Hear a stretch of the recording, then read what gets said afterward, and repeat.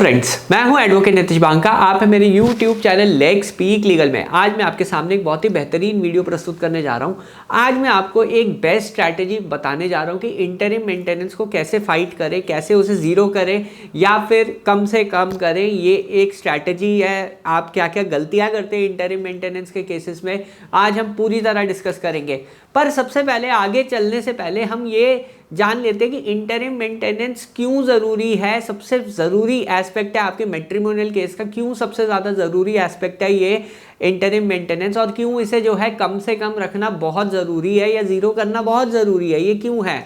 सबसे इम्पॉर्टेंट चीज़ है कि देखिए, अगर आप वाइफ साइड को पैसा देते रहेंगे हर महीने और वो भी बहुत ज़्यादा, तब क्या होगा कि वो केस आगे लड़ती रहेगी, उसकी कोई मंशा नहीं होगी सेटलमेंट करने की, और जब तक उसे पैसा नहीं मिल रहा तब तक उसके ऊपर स्ट्रेस रहेगा। बट एक बार उसे पैसा मिलना शुरू हो गया तो वो जो है कंटिन्यू करेगी, आपके केसेस लंबे चलेंगे और ख़त्म नहीं होंगे कभी भी, और आप सारी ज़िंदगी शायद मेंटेनेंस देते रहेंगे वाइफ को। तो यहाँ पे अगर आपकी इंटरिम मेंटेनेंस कम से कम हो, ज़ीरो हो जाए, तब जो है पार्टी जो है दूसरी पार्टी सेटलमेंट पे आएगी, तब जो है आपका जो केसेस हैं वो आपके फेवर में होंगे और तब जाके आपको सबसे ज़्यादा रिलीफ मिलेगा। तो इंटरिम मेंटेनेंस को काबू करना सबसे ज़्यादा इम्पॉर्टेंट है। अगर आप इंटरिम मेंटेनेंस के लिए आपके पास कोई स्ट्रैटेजी नहीं है, आपको बनानी पड़ेगी स्ट्रैटेजी। ये वीडियो देखिए, आपको पूरी स्ट्रैटेजी समझ आ जाएगी। ये इंटरिम मेंटेनेंस कैसे जो है आपके केसेस में बहुत बहुत ज़्यादा ज़रूरी है, और ख़ासकर तब जब आपके ऊपर झूठे केसेस हो। प्रॉब्लम क्या आती है कि हमारे कई जो व्हाट्सएप ग्रुप में भी लोग हैं या यूट्यूब मेरी फैमिली के लोग हैं, ये प्रॉब्लम क्या है, आप लोग बहुत ही ज़्यादा इमोशनली सोचते हो अपने केसेस के बारे में। आप ये सोचते हो कि वाइफ साइड ने केसेस कर दिए, अब हम इसे लड़ेंगे, अब इसे अच्छी तरह फाइट करेंगे और जीतेंगे ये केसेस। अब प्रॉब्लम यहाँ पे ये आती है कि जब आपको पता है कि लॉ अगर आपके अगेंस्ट है, अगर चाहे आप अपना केस अच्छी तरह प्रेजेंट करो, बेस्ट से बेस्ट आर्ग्यूमेंट दे दो, आपको पता है अगर लॉ आपके अगेंस्ट है तो ऑर्डर अगेंस्ट में ही आएगा। आप लॉ के बियॉन्ड तो काम कर ही नहीं सकते हो, चाहे आपका केस कितना मेरिटोरियस हो, चाहे आपने कुछ किया है, चाहे आपने कुछ नहीं किया। और खासकर इंटरिम मेंटेनेंस की स्टेज पे तो कोर्ट आपका तो बिल्कुल सुनता ही नहीं है पक्ष एक तरीके से। तो यहाँ पे क्या चीज़ें काम करती हैं, क्या चीज़ें काम नहीं करती, वो हम डिस्कस करेंगे।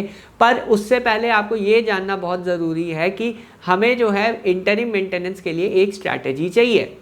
अब आप जो है एज अ क्लाइंट आप अलग अलग जगह लीगल प्रोफेशनल से मिलते हैं, लॉयर से मिलते हैं। आप में से मैंने कई लोगों से पूछा भी था कि आपके लॉयर्स जो हैं क्या एडवाइस करते हैं। मैंने वेबिनार भी कंडक्ट किया था कि आपके लॉयर्स जो हैं क्या एडवाइस करते हैं, आपके लीगल एडवाइजर्स क्या एडवाइस करते हैं जब इंटरिम मेंटेनेंस पर बात आती है। तो ज़्यादातर लोगों का क्या रिस्पॉन्स था, ये देखिए। ज़्यादातर लोगों का ये रिस्पॉन्स था कि वकील साहब के पास गए और वकील साहब ने बोला अरे देख लेंगे, कोई दिक्कत नहीं है, मेंटेनेंस तो जो है वो हम देख लेंगे, कुछ नहीं होगा, आप केसेस लड़िए, केसेस लाइए हमारे पास। तो यहाँ पे ये एक स्ट्रैटेजी है जिससे आप आगे बढ़ते हैं। अब मैं एक अपने साथ एक इंसिडेंट हुआ था मेरे 2018 या 19 का टाइम था। उस टाइम एक क्लाइंट आए, मेरे को विज़िट कर गए। उन्होंने कहा कि मैं जो है इतना इतना कमाता हूँ और मेरी वाइफ जो है उसने मेंटेनेंस का केस डाल दिया, इंटरिम मेंटेनेंस का। वो आज की डेट में 30 लाख रुपए मेंटेनेंस कर रही है मुझसे डिमांड, और मेरा एक बच्चा भी है। ठीक है, मैंने उन्हें सीधा सीधा ये बताया कि देखिए इस सर्कमस्टांसेस में कम से कम 50% आपकी सैलरी मेंटेनेंस में जाएगी। इससे बेटर है कि आप कैलकुलेट कर लीजिए कि अगले अगर सपोज 4 या 5 साल आपका केस चलता है तो आपकी मेंटेनेंस कितनी बनेगी। तो वो अमाउंट लगभग 30 लाख के आसपास ही आता है, और आज उस बात को 5 साल बीत गए हैं। मेरे क्लाइंट ने जो है एडवाइस फॉलो नहीं की। मैंने कहा था आप केस सेटल कर लो, वो ज़्यादा बेटर रहेगा। 30 लाख कोई बड़ा अमाउंट नहीं है, आपको अभी बड़ा लग रहा है, बट अगर आप 5 साल बाद केस लड़ेंगे तो आपको इतना ही अमाउंट देना ही पड़ेगा, और केसेस भी आपके सेटल नहीं होंगे और केसेस और लंबे चलेंगे, पूरी लाइफ आप देते रहोगे ये मेंटेनेंस। तो उन्होंने मेरी बात बिल्कुल नहीं मानी, वो किसी और वकील साहब से के पास चले गए। वकील साहब ने बोला अरे देख लेंगे, मेंटेनेंस कुछ नहीं लगेगा, आप कोई निश्चिंत रहिए। तो यहाँ पे उनके साथ ये हुआ। फिर 2023 आया। 2023 में मेरी वीडियोस तो देख ही रहे थे वो, तो उन्होंने जो है फिर मेरे को अप्रोच किया, फिर बैठे कंसल्टेशन की। तो उन्होंने यही बोला कि आप वकील साहब आप सही थे, उस टाइम पे आपने मेरे को बताया था कि आप सेटल कर लो, और आज देखिए 30 लाख के मेरे पास तो एरियर्स ही बन गए हैं, मेरे को 30 लाख तो देने ही देने पड़ेंगे। उस टाइम वो 30 लाख पे सेटल कर रही थी, तो मैंने गलती कर दी कि 30 लाख रुपए मैंने नहीं दिए। तो यहाँ पे मैंने अपने क्लाइंट को ये एडवाइस दिया था उस टाइम सेटल करने के लिए, क्योंकि देखिए अगर आप एक लूजिंग बैटल फाइट करेंगे तो आप हारेंगे, या आप चाहे कितना एफर्ट डाल लो वो आप हारेंगे ही हारेंगे। जब आपको पता है आप हारेंगे ही हारेंगे, तो फिर बेटर क्यों नहीं है कि उस टाइम पे सेटलमेंट की जाए। आपको पता है आपके ऊपर मेंटेनेंस बननी है, तो आप क्यों नहीं सेटल करते। आप ये देख लीजिए कितने एग्जांपल्स हैं अभी, जैसे हनी सिंह का एग्जांपल देख लीजिए, उन्होंने भी सेटल किया अभी रिसेंटली अपना डिवोर्स केस। तो आप क्यों नहीं उस मोड पे जाते, सेटलमेंट की मोड में, जब आपको पता है मेंटेनेंस बंधेगी। प्रॉब्लम क्या आती है, आपको क्लैरिटी नहीं होती है कि मेंटेनेंस कितनी बंधेगी, कितने अमाउंट मुझे देना पड़ेगा। तो आइए आज स्ट्रैटेजी डिस्कस कर लेते हैं कि इंटरिम मेंटेनेंस की स्ट्रैटेजी क्या होनी चाहिए। नंबर 1 स्ट्रैटेजी, आपको ये फाइंड करना है कि आपकी वाइफ कहाँ पे वर्किंग है। अगर आपकी वाइफ वर्किंग है और कोर्ट को नहीं दिखाया, तो आपको जो है शो करना पड़ेगा कि कहाँ पे वो वर्किंग है। एटलीस्ट आपको ये पता होना चाहिए कि वो कहाँ वर्किंग है। फिर सेक्शन 91 की एक एप्लीकेशन डालिए और सारा का सारा रिकॉर्ड ऑन रिकॉर्ड ले जाइए, क्योंकि अगर ऑन रिकॉर्ड नहीं आया, लोग कहते हैं आरटीआई लगाते हैं। जब सेक्शन 91 का प्रोविजन है तो आरटीआई क्यों लगानी। आरटीआई में कोई पर्सनल डिटेल्स तो कोई किसी की डिस्क्लोज करेगा नहीं ना, कोई एम्प्लॉयर डिस्क्लोज नहीं करेगा अनलेस वो गवर्नमेंट एम्प्लॉई हो। प्राइवेट एम्प्लॉयर थोड़ी ना जो आरटीआई के थ्रू बैंक डिटेल्स दे देगा या फिर पर्सनल डिटेल्स दे देगा आपको। आरटीआई का ऑप्शन बहुत बेकार है, सेक्शन 91 लगाइए, उससे सारा का सारा रिकॉर्ड ऑन रिकॉर्ड आ जाएगा। तो आपको ये पता होना चाहिए कि वाइफ के अकाउंट्स क्या है, वाइफ कहाँ वर्किंग है, कितना कैपेबल है, ये सब चीज़ें आपको पहले से ही पता होनी चाहिए। अपना होमवर्क कीजिए, ये इंपॉर्टेंट एस्पेक्ट है। दूसरी इंपॉर्टेंट चीज़ ये है कि अगर वाइफ साइड आपकी सपोज वर्किंग है, तो उसको जो है कोर्ट के सामने लाना बहुत ज़रूरी है, और उस पॉइंट पे जो है आर्ग्यू करना बहुत ज़रूरी है कि वाइफ साइड ने कंसील किया, कोर्ट के सामने रखा नहीं, कोर्ट्स को गुमराह किया। ये सब पॉइंट्स आप रखिए। जजमेंट्स हैं इन पे, बहुत सारी जजमेंट है मेरे, मैं आपको आर्टिकल भी का लिंक भी दे दूंगा इस वीडियो के एंड में, वो आप यूज़ कीजिए, तो मेंटेनेंस आपकी ज़ीरो हो जाएगी बिल्कुल। ऐसे में मैंने गुड़गांव साकेत से ऐसे ऑर्डर्स लिए बिल्कुल ज़ीरो मेंटेनेंस के, क्योंकि वाइफ ने जो है कंसील किया कि वो काम करती थी। दूसरा है, अगर आपको एम्प्लॉयमेंट का डिटेल्स ना मिले तो उसकी प्रीवियस एम्प्लॉयमेंट की डिटेल्स ज़रूर कोर्ट के सामने जो है पेश कीजिए कि ये यहाँ पे जो है वर्किंग थी, इतना कमाती थी, और अब ये जानबूझ के काम नहीं कर रही है। तो यहाँ पे आपको ये चीज़ों पे स्ट्रेस देना ही होगा कि अगर वाइफ केपेबल ऑफ वर्किंग है, क्वालिफाइड है, क्यों नहीं काम कर रही, उसके पास कोई रीज़न नहीं है काम करना छोड़ने का। तो यहाँ पे ज़रूर आप आर्ग्यू करिए, बल दीजिए अपनी आर्ग्यूमेंट्स में जब भी आप इंटरिम मेंटेनेंस का केस लड़ रहे हैं कोर्ट के अंदर। फिर नेक्स्ट स्टेप है हमारा इसमें ज़ीरो मेंटेनेंस के लिए कि आप जो है ये सैलरी स्लिप्स, वाइफ साइड की कितनी इनकम है और आपकी इनकम की डिफरेंस कितना है, ये चीज़ इंपॉर्टेंट है। अगर ज़्यादा डिफरेंस नहीं है, कोर्ट बिल्कुल डिनाई कर देगा मेंटेनेंस। अगर बहुत ज़्यादा डिफरेंस है तो थोड़ा अमाउंट जो है मेंटेनेंस का वाइफ को मिलेगा।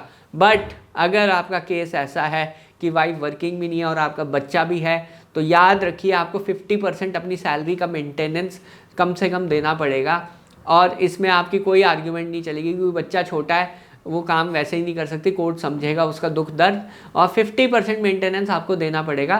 तो आप अभी देखिए कि क्या आपका केस सेटल हो सकता है, मीडिएशन के थ्रू आपका केस सेटल हो सकता है।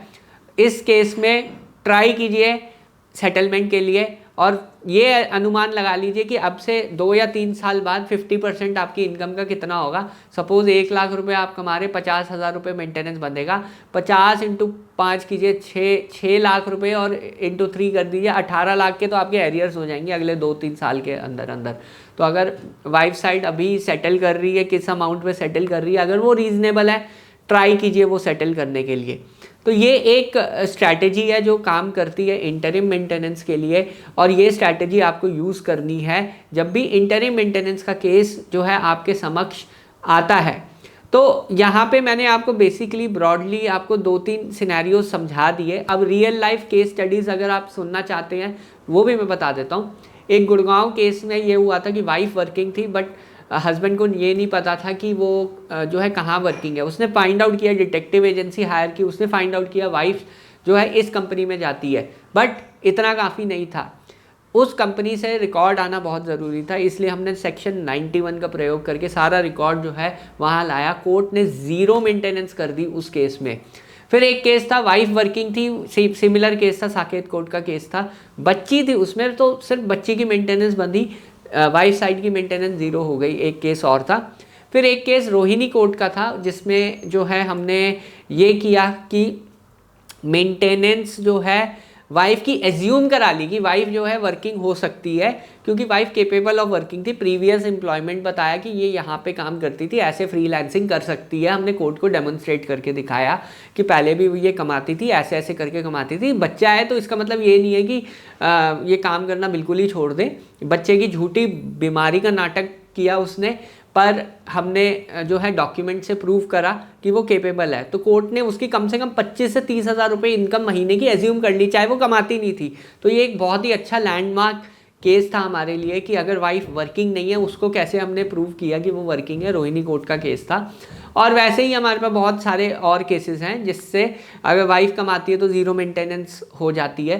पर जहाँ पे दिक्कत आती है वो यही केसेस है जहाँ पे वाइफ बिल्कुल वर्किंग नहीं है, बच्चा है। उसका एक एग्जांपल मैंने आपको दिया कि उसमें हमने 20-25 हज़ार रुपये मेंटेनेंस कम करा दी क्योंकि प्रीवियस एक्सपीरियंस था। बट अगर वाइफ को बिल्कुल प्रीवियस एक्सपीरियंस नहीं है, वो शुरू से ही नहीं काम कर रही है और बच्चा भी है, तब बहुत डिफ़िकल्ट है मेंटेनेंस केसेस में ऑर्डर आपके फेवर में लेना। 50% इनकम तो आप भूल जाओ कि आपकी जाएगी, और उस केस में सेटलमेंट एक बेस्ट ऑप्शन रहता है। डिपेंडिंग ऑन केस हम उस हिसाब से एडवाइस करते हैं अपने क्लाइंट्स को। इन चीज़ों के अलावा भी कोई सिनेरियो हो सकता है। आप कमेंट कीजिए आपका क्या सिनेरियो है, क्या पता कोई नई चीज़ मेरे को आ जाए।